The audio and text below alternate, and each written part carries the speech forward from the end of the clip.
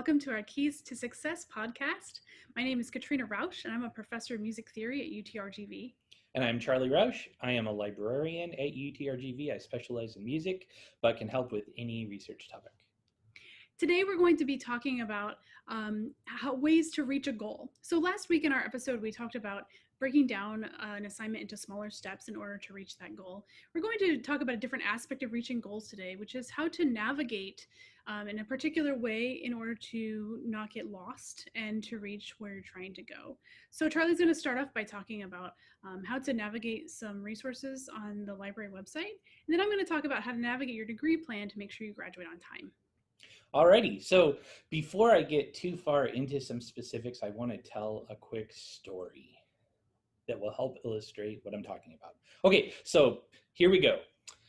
It was a dark and stormy night. Wait.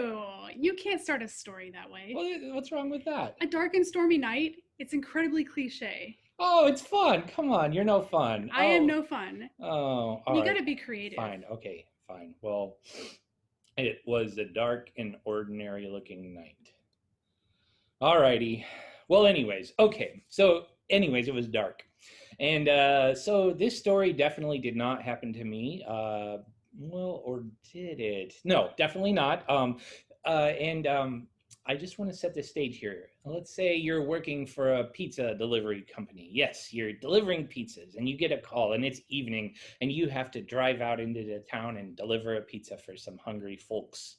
And you've never been to this particular neighborhood, but there's a map in the back room where you work. And this map is great. It's got all these big, great illustrations of the neighborhoods and quadrants of the city. You can see what all the streets look like and what configuration. And there's even helpful notes with some addresses penciled in. And you can see guides like this is the 300 block. This is the 400 block. On the right-hand side are even numbers, things like that. This is a great map. And you're even encouraged to take this with you in the car as you're going out to deliver your pizza. But for some strange reason, this dark night of very ordinary ramifications, you decide you're going to not take the map with you. Now, wait a minute. I have a question. Okay. Don't you have a cell phone or a GPS? Oh, yeah. I forgot to mention, this is the 1980s and you work for a pizza delivery company. And I don't know why I'm picking this random time to tell this story. I just want to reiterate that this definitely did not happen to me in the past. Happen to not me okay. at all. Okay, so it's the 1980s. You have no cell phone. Okay, you have no GPS.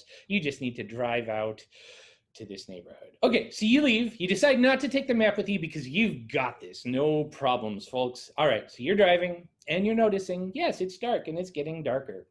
And so you arrive at the neighborhood and, you feel a little confused. You can see the mailboxes in the fronts of the houses with addresses, but it's getting darker and darker and darker, and you can't see them too well. And eventually, you're worried that you're getting a little lost. Okay, so you realize you're in a conundrum, folks. You don't know where the house is that you're supposed to deliver your pizza. It's getting cold in the back seat. And you don't know what options are available to you. You could drive back to work and get the map, all right? But that's going to make the pizza a lot colder.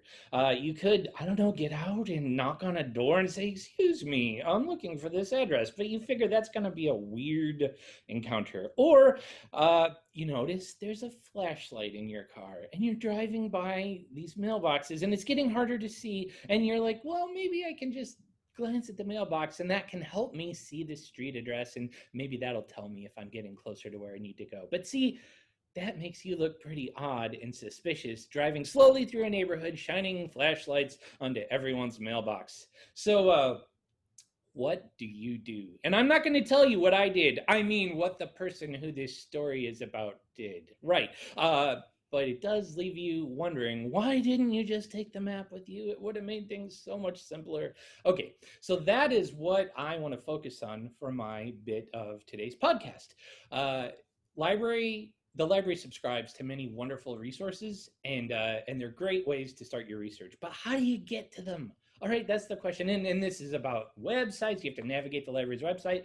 And I tell you, It's just a thing with me. I get so frustrated having to click through these things day after day, and you don't know where to go, and it's multiple steps. And man, I just wish I could just talk to my computer. I don't know if I've ever said this before, but it reminds me of one of my favorite movies, Star Trek 4. I don't know if you've heard of it, but in Star Trek. No, you cannot do this again. What? No, we have talked about Star this. Trek 4. You cannot. We've talked about Oh, this. I know, but okay, folks. This may show Not up again. in another podcast episode. So just look back in one of our episodes for a fun little tidbit about Star Trek 4 and a wonderful scene there. Just watch the movie. Trust me, it's amazing. All right, so we're going to go to the library website. No Star Trek references. I'm sorry for all you dedicated fans out there.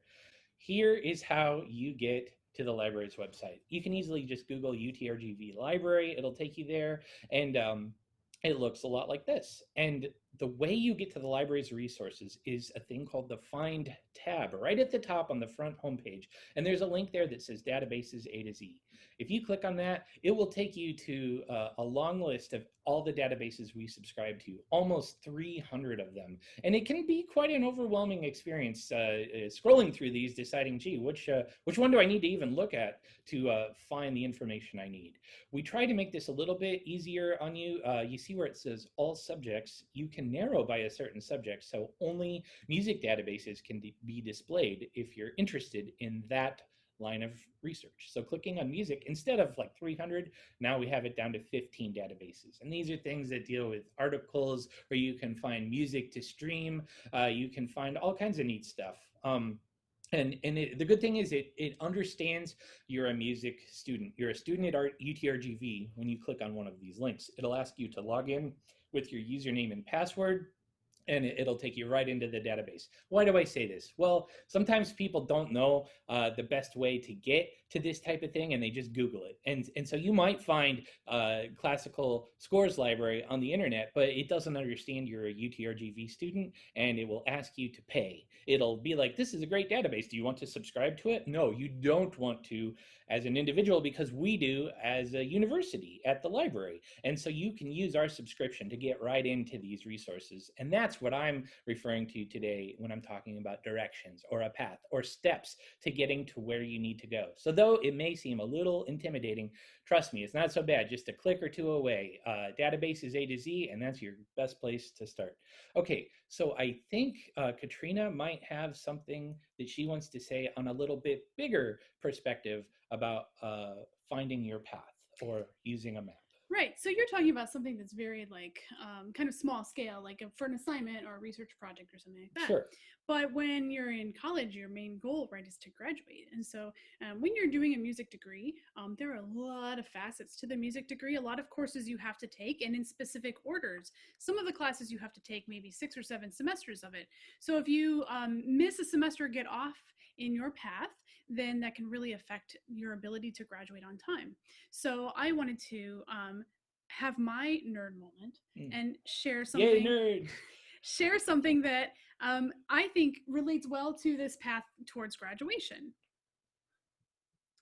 So you know the Legend of Zelda, sure, right? Okay, it's one of my favorites. Fantastic games, right? So there's this this place in, I don't know, it might be in all of the Zelda games, but for sure in this Zelda game that I'm showing you here. It's the original NES, right? Yeah, this is the very first one. It's a fantastic Old game. School. You should definitely find it and play it if you can. So in this game, there's this area called the Lost Woods. Mm-hmm. Yeah. And so when you get to the Lost Woods, it looks something like this. And you have to navigate through it. Okay. It doesn't seem that bad right at first. You're like, well, I'll go down. Oh, all right. Well, that kind of looks the same. Well, I'll go right. Maybe I'll go. Let's go right again. Right again? Yeah. Ooh. And okay, well, that doesn't look good. No. Well, then maybe I should go up. Certainly up will work. Try it again. Up again? Okay. Oh no. All of these screens look the same, yes. And now I'm really lost. The Lost Woods. I know that there's a way to get out of the Lost Woods, but it's a very specific path. And so if I don't know my path from the very beginning, I could get totally messed up. And I have no idea where I am now. I don't even know how to get back to the beginning and start over. I would have to retrace my steps. I hope that would work. But anyway, the point is, like, if I were on top of this, I could have first looked up like a walkthrough on the internet And it would have told me exactly which ways to go and which directions to go to get out, because there's a definite path to get out of the Lost Woods. And I'm not taking that path because I'm just kind of wandering around. Even though it seems like I have a good plan, like, oh, I'll go down for a while and then I'll like weave back through, but it's going to take me a much longer time to get out. Rumor has it that some kids from the 1980s are still wandering around the Lost Woods trying to find their way out. I think it's probably true. So my point is, if you are doing this in your degree plan, you might eventually get to where you need to go, which is graduation. But in the meantime, you might be spending more time and more money and more years in school than you really wanted to. So we have resources that can help with this. But the first thing I want to say is this is the most important thing when you're choosing your classes every semester. Before you register for classes, always talk to a music professor. Okay, you may have an advisor that is also a music professor. That's awesome. Talk to that person, make sure you're taking the right courses and that you're not missing anything that's important, because some courses will only be offered every so often. You can't take every course every semester. So if you get into a situation where there's a course only offered in the spring and you don't take it in the spring, you have to wait a whole year to take that course. So you have to make sure that you're not missing things. If you have an advisor that's outside the School of Music, that's also fine. Talk to that person, but then also talk to a music person, okay? Because there are intricacies of the music program that not every advisor understands, because it's a lot to understand. So the music faculty, we know the intricacies of the program. So if you are in a studio taking lessons with someone, that's the best person to talk to about your degree plan, because they're going to understand your specific degree plan the best. If you're not in a studio for some reason, you can go to any other music professor that you have, or you can email me and talk to me, and if I can't answer your questions, I will certainly know someone who can.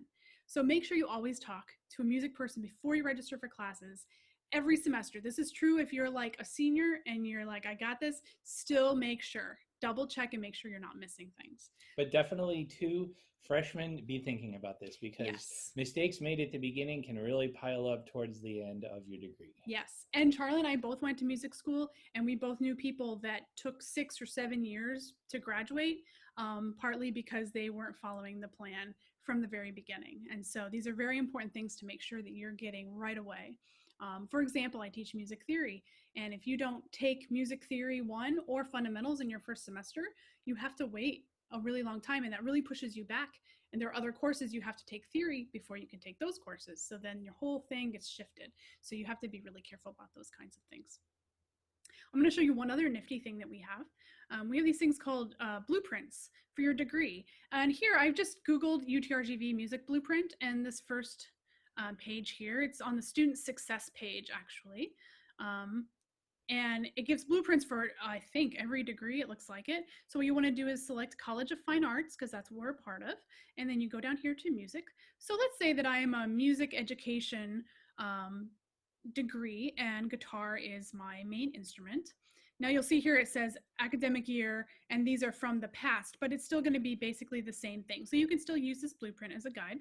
And I click on that. You can print this off and fold it, and it makes a nifty little pamphlet, like a booklet. But it basically tells you different milestones you should do every year, and it shows you every semester the classes you should be taking. Now I am going to say that even though these blueprints are really helpful, you should never just take the blueprint and go on your own. You should still consult with a music faculty member, because every once in a while those courses won't be offered in that order, especially since this one is a few years old. The plan basically is the same, but every so often we'll have to readjust the schedule and you won't be able to take a class when it says to take it. So always consult with someone else, and don't try to do this by yourself, or else you will be in the Lost Woods for 20 or 30, wait, the 80s, 40 years, whatever. It's tough. Yeah, so all right, that's pretty much all I have to say about that. And the really cool thing about this is that once you get out of the Lost Woods, you have the best reward. Ta-da! Which is graduating. Way to go. And we all long for this day, and we're all excited when you guys achieve this as well. All right, our last thing we wanted to do is just share contact information once more. If you have questions about being a music your music program, or advising questions, you can let me know. If you have research questions or questions and comments about our podcast, please feel free to do that. As always, you can leave a comment on the video. We'd love to hear from you, and let us know what you think. Alrighty, it's been such a pleasure sharing with you, and I hope everyone's doing well. Good luck for the duration of the semester, and please be in touch if you have any questions. And we just want to say you're a great audience. Thanks so much. Thanks for being here with us. We'll see you next week. Talk to you later. Bye. Bye.